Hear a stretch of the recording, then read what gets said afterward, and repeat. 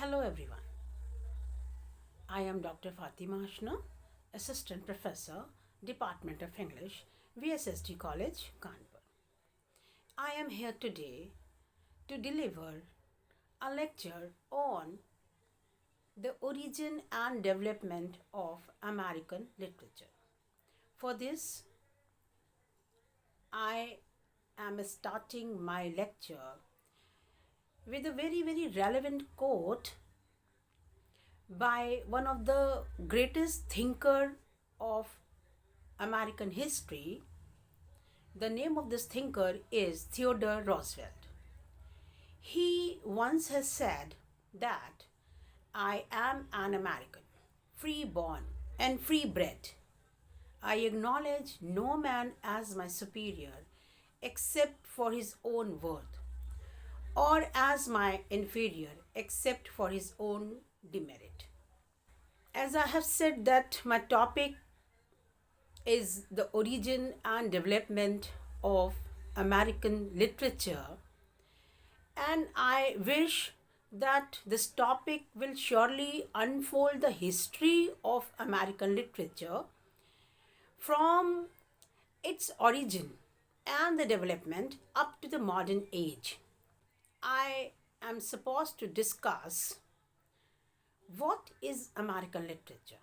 Well, all of us know that every literature is a reflection of life, and life obviously of the people where it have been produced.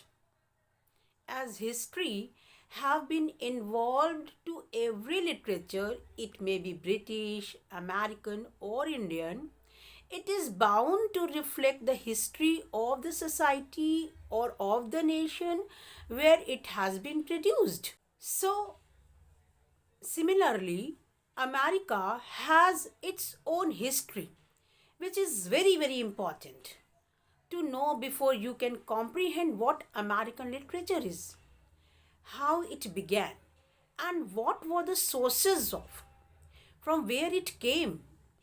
As to begin with, you know, the that American literature you see is a rich tapestry woven with the threads of diverse culture, historical events, and unique voices.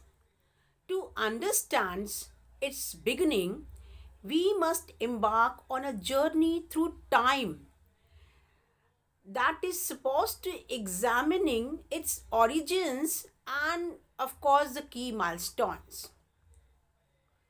So, to know what American literature is, or before knowing what American literature, we must know the history of the building of America first.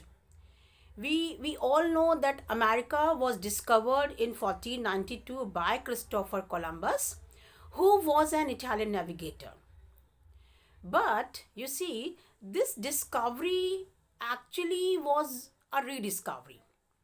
For the European, it was a discovery. But for Chris Herman, one of the leading British historian who wrote the book entitled People's History of the World, what he says that Asians had discovered America 2000 years ago, because native was Americans. When European went into the 16th century, where already there were red Indians, then the Spanish speaking people in South America, even they came before the British. But there were the native born in North and South America who had gone from Asia and mostly from India and China. There they gone 2000 years ago. Yeah. Now, when the European came from 16th and 17th century, they suppressed these people till death. And also they have brutally subjugated and converted them into a colony. This was a time when Europe was going to colonize the world. It is started in the late 16th century. uh, 1599, you may recall, Queen Elizabeth, signed the treaty with Mughal Empire Jahangir, the trade with England, and this was a private company called East India Company, and East India Company finally colonized India after 1757, the Battle of Plassey at the time. Similarly, in the later years of Queen Elizabeth, the British reached America also. The first state they reached was Virginia, and of course, the northeastern state along the Atlantic, which they later called the New England. Because it was England like, and because they occupied it, so therefore they called it New England, northeastern state, like Massachusetts and Boston, and the coastal cities that became the spiritual city of New England. Now, what happened? Now, the British, of course, was the first European to reach America. Before the British, it was a Spanish people and the French who had reached America. They occupied the part of it, but when the Britishers went in the year 1607, and thereafter, you see, they fought with these people, and finally they were victorious and they converted America into a colony.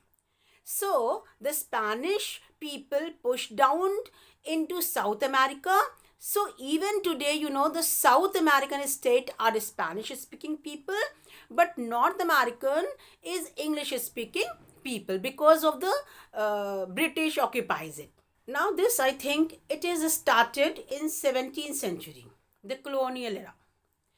But the real occupation came when the British in a quick way reached there, and it is generally said in history that the unsettlement of Europe brought about the settlement of America. Now, the settlement was, there was a fierce war all over Europe between Catholics and the Protestants. If you remember, 17th century was a time when the Reformation came about in Europe. There may be two leading figures who launched the Reformist movement in Christian religion. They were Martin Luther at Wittenberg. He was the professor of theology at Wittenberg. Just to remind you, for your reference, Hamlet is written in Wittenberg, and it was Shakespeare's time, almost when Martin Luther was there in Wittenberg. And other was Calvin. And most of people of America were the followers of Calvin. And it was a Calvinist branch of Christianity which became the religion of Americans. Now, in this sphere, the war between Orthodox, the Catholics, and the Reformers, the Puritans, also, call the Protestant. Ultimately, all kings of Europe decided with the medieval Catholicism, because during the medieval, the entire Europe was governed by the Church of Rome. So the Church of Rome was supreme. No king could take any decision without the supreme authority of the church. Then the Protestant came. Two defines of the church. If you remember, Henry VIII, before the reign of Queen Elizabeth I, because he was not allowed to divorce his first wife, so he revolted against the Church of Rome and settled his own Anglican church in England. And the entire England became Protestant during the time of Henry VIII, the father of Queen Elizabeth. So this was going on all over Europe, and because the army was on the orthodoxy, so the Protestant and had to free from Europe, they had to save their life, and at that time, and million of them were killed, and million of them were escaped also. And America, being a new and distant land, almost a forest, they escaped into, and this is now the settlement of America is all about. This process is started in between 1607 and it continued throughout 17th and part of 18th century also. As America was a big continent and all forest and no habitation except of red Indians who were living in the forest, hardly any town and city. It were European who cleared the forest and took 2000 years to clear the frontiers and set up cities. European almost have cleared all the coastal areas and settled there, who cleared the forest and 2000 years to clear the frontier and set up cities, agricultures and industries and so on. So in this way it became a British colony. Now, like, America culturally is divided into three parts. One is called even today a New England, which means northeastern state including Massachusetts and also Hampshire, etc. Then the middle colonies, which means these days it is called Middle West, but those days it was called middle colonies. Then the middle colonies, and third was the South. And now these were three distinct segments of America at the time. In the first segment, New England, it was Puritan, that is Calvinist, who were dominant, and they set up the society of their own, and they have said that they wanted to set up society after the word of God, the Bible, a pure Puritan society with so on and so forth. And in the middle colonies portion of America, Quakers were dominant. Quakers, were sects of Christianity. They were not the staunch believers like the Puritans. They were like to call pacifist and humanitarian. They are also known as the rationalist. They were very different sort of people, not as staunch Christians as Puritans. They did not kill anyone. They wanted to live peacefully and let other to live a life. Now third was the South. In the South, you had mostly conservative peasants, not much educations, not many schools and colleges. They were just clearing the lands for agriculture. And even today, it continues to be an agriculture based, like agrarian, a part of America, a South America. At that time, you see, if you remember, they led to the Civil War of 1816 to 1865. And Abraham Lincoln, actually, he wanted to abolish slavery of the black people, but the South resisted and they wanted to remain in same orthodox lifestyle, landlords having slaves who work for them and so on. And so the war came ultimately. Of course, Abraham Lincoln won the war and the slavery was abolished, although in this process he had to sacrifice his life. Now, this is little bit background of American history. Now, how American literature began to flourish. Now, before America got freedom in 1776, American War of Independence continued for 4 years, which was started in 1773, 74, 75 and 76 July 4. They got independence. This period, the settlement of America dreamt about, 1607 and 1706. And when it came, 1606 to 1706 is known as colonial period. The British were not in favor of educating them, setting up universities or trying to what kind of literature they were producing. So mostly it was a local sort of literature. and the literature of those time, distinct segments of America was different in character. Like first, literature of Puritans. The two prominent names are Jonathan Edward, in other words, Benjamin Franklin. Franklin became the important leader of the nationalist movement. Then, so these were the two prominent figure of the time. Certainly, in the colonial era, several notable early works emerged, shedding light on the intellectual and cultural landscape of the time. Early writings that was ranging from letters to accounts provide invaluable glimpses into lives and struggles of early settlers, into the lives and struggles of the early settlers. Now, let me tell you something about the colonial era of 17th century. Certainly in the colonial era, several notable early works emerged. They shed light on the intellectual and cultural landscape of the time. Early writings that were ranging from the letters to accounts provide invaluable glimpses into the lives and struggles of the early settlers, offering a unique perspective on their daily experiences. At the time, sermons, diaries, reflecting the strong influence of religion that exemplifies the profound role of spirituality in the lives of the colonists, that really showcases their dedications to matter of faith.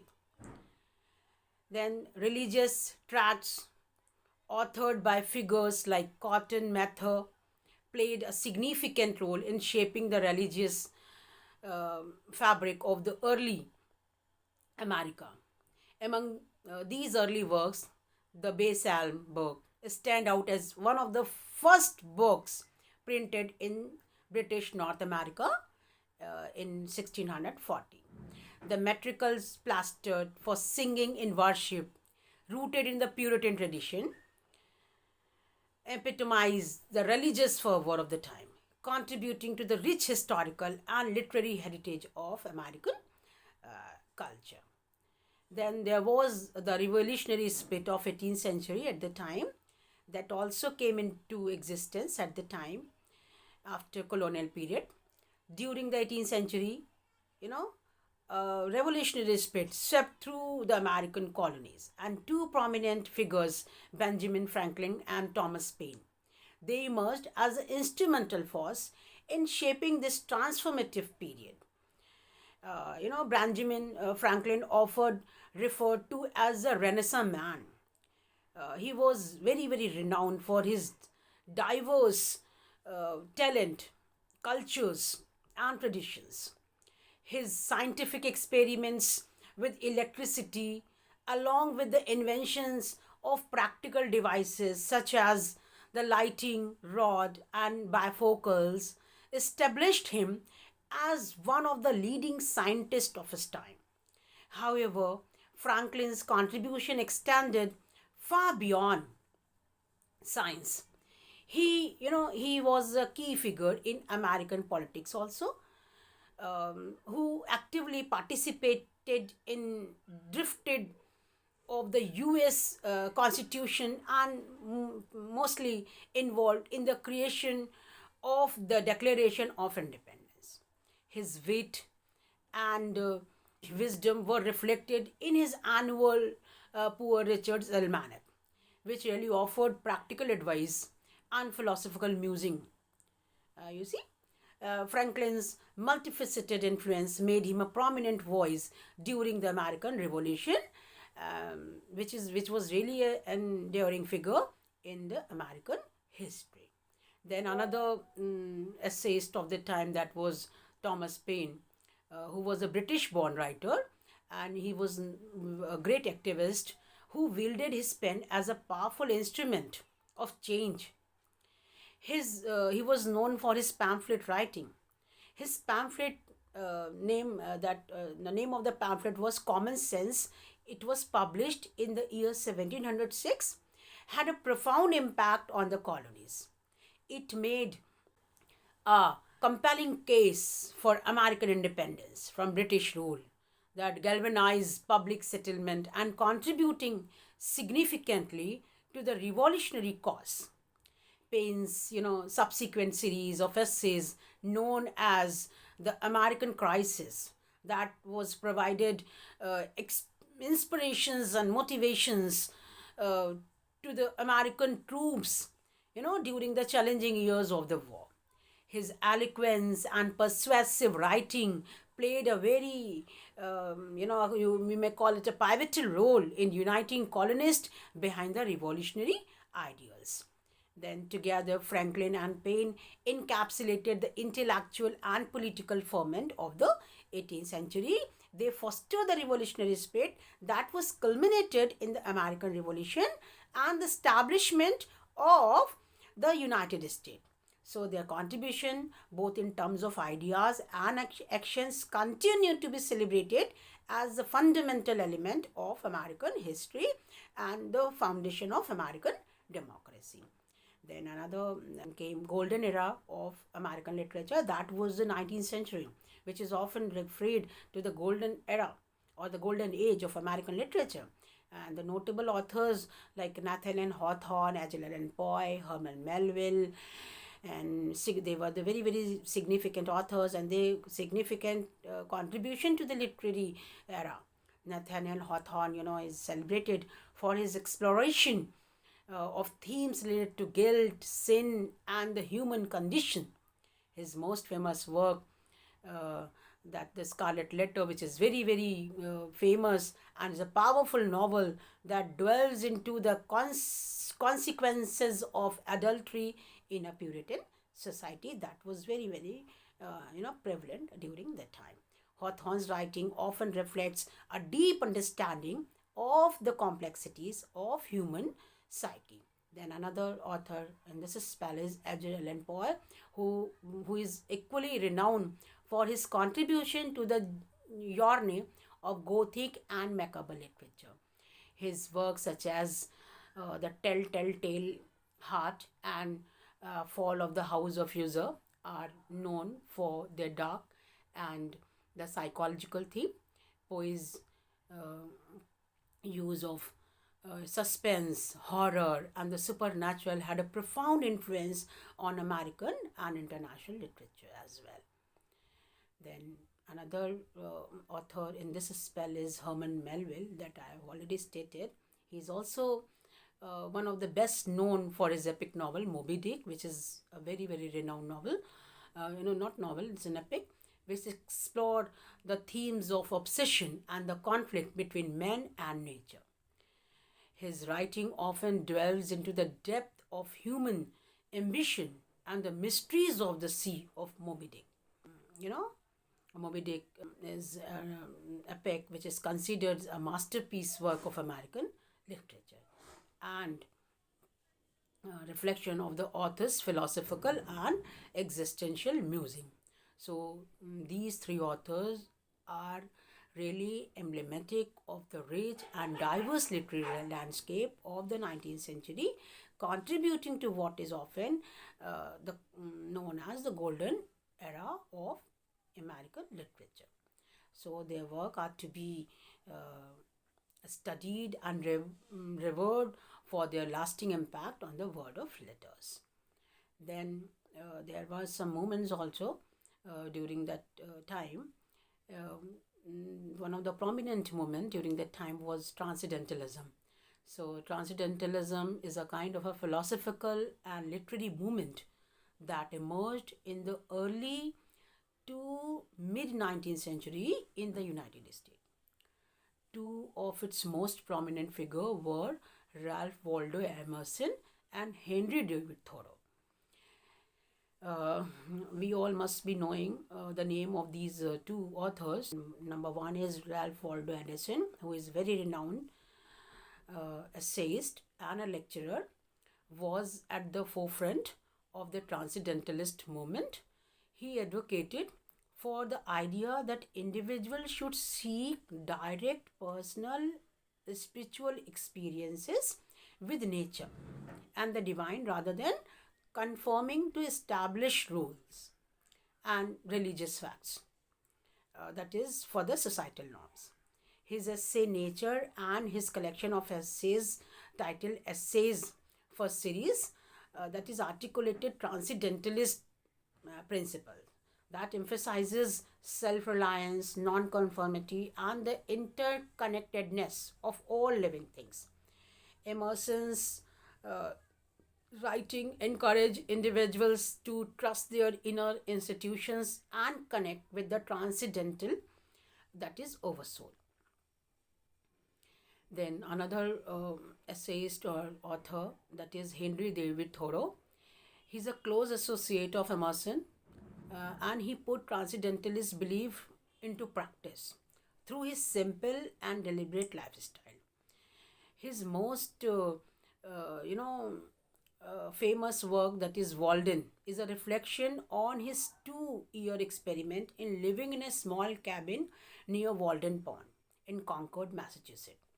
Thoreau's writing mainly emphasized the importance of self-reliance, civil disobedience, and the idea that individuals should follow their own moral compass rather than blindly obeying laws they believe to be unjust. Mainly, transcendentalism was mainly a response to the societal and intellectual changes of the 19th century and advocated for a more personal, individualistic, and nature focused approach to life and spirituality. So, this way, Emerson and Thoreau's writing continue to influence philosophical and environmental thinking to this day. Then, another movement that took place during that time, that was realism versus naturalism. So, what is realism and naturalism? These were the two influential literary movements in the late 90s and 20th century. So, Mark Twain, you must be knowing the name of Mark Twain, who is known for his work like The Adventures of Huckleberry Finn and The Adventures of Tom Sawyer. He was a prominent figure in American literary realism. Realism, sought to depict everyday's life and people as they truly were, often in a straightforward and unembellished manner. Twain's writing mainly captured the vernacular and social issues of the American frontier, mainly portraying the lives of ordinary people in a direct, honest way. Then another author that came came in between this realism and naturalism, that was Henry James. Henry James straddled the line between realism and naturalism in his works.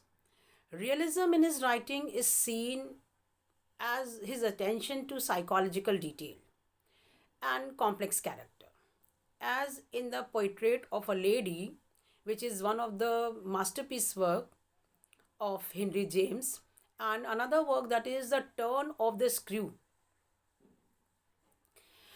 where he also dwelled into naturalism, particularly in his later works like The Bostonians, where he explored how heredity and environment shape the character and fates of human beings.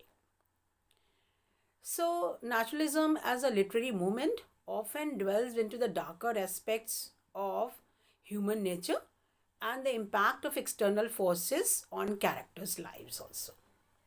Then, moving ahead on the 20th century landscape after 19th century. So, this 20th century mainly witnessed the emergence of two important literary and cultural movements in the United States. Number one is the Lost Generation, and other one the Harlem Renaissance. First of all, I would like to tell you what is the lost generation. Lost generation mainly refers to a group of American writers who came of during World War One and were disillusioned by the horrors of the war. And notable figures in this movement include Ernest Hemingway, F. Scott Fitzgerald, and Gertrude Stein. Their work often explored the sense of aimlessness, moral confusion, and a feeling of being lost in the post World War. Hemingway's novel The Sun Also Rises and Fitzgerald The Great Gatsby are quintessential texts of this period, reflecting the disillusionment and decadence of the era. Then another movement that took place, that was Harlem Renaissance. And this Harlem Renaissance was mainly a cultural and artistic movement primarily centered in the Harlem neighborhood of the New York City during the 1920s. It uh, basically celebrated African American culture and creativity and saw a flowering of literature, music, art, and intellectual movement. And the prominent figure in Harlem Renaissance were Langston Hughes, Zora Neale Hurston, and Claude Mackay. Their work mainly explored theme of racial identity, discrimination, and the struggles of American African in a segregated society. Langston Hughes' poetry and Hurston's novel Their Eyes Were Watching God are among the most enduring works from this period.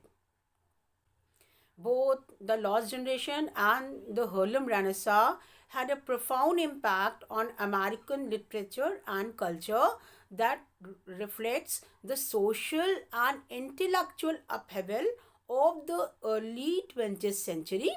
The Lost Generation explored the disillusionment of a generation scarred by war, while the Harlem Renaissance celebrated the creativity and resilience of African American artists and intellectuals during a period of racial tension. Also, thereafter, there were some evolving movements that also took place between that were Beat Generation and Civil Right movements. So, what is Beat Generation? It is mainly a literary and cultural movement that emerged in 1950s, primarily associated with a group of writers like Jack Kerouac, Allen Ginsberg, and William S. Burroughs. It rejected the conformity and materialism of post World War America and sought to explore personal freedom and self expression. Beat literature such as Kerouac on the Roads and Ginsberg's Howl often featured spontaneous prose and vivid depictions of the counterculture lifestyle, inspiring a sense of rebellion and nonconformity. Then another movement during this after Beat Generation, that is the Civil Right movement. That is, this movement was a social and political movement that spanned several decades, with its peaks in the 1950s and in 1960s. Its aim is to end racial segregation and discrimination against African American and promote their full citizenship rights. Key figures in this movement included Martin Luther King Jr., Rosa Parks, and Malcolm X, who employed non-violent civil disobedience and activism to effect change. And this movement led to important legislative changes, including the Civil Rights Act of 1964 and the Voting Right Act of 1965, which helped dismantle institutional racism and promote civil rights for all. These involving movements in 20th century, that is the Beat generation and civil rights movement, represent contrasting aspects of American society. This is a small overview of uh, the history of American literature up to the modern age. That is all. Thank you.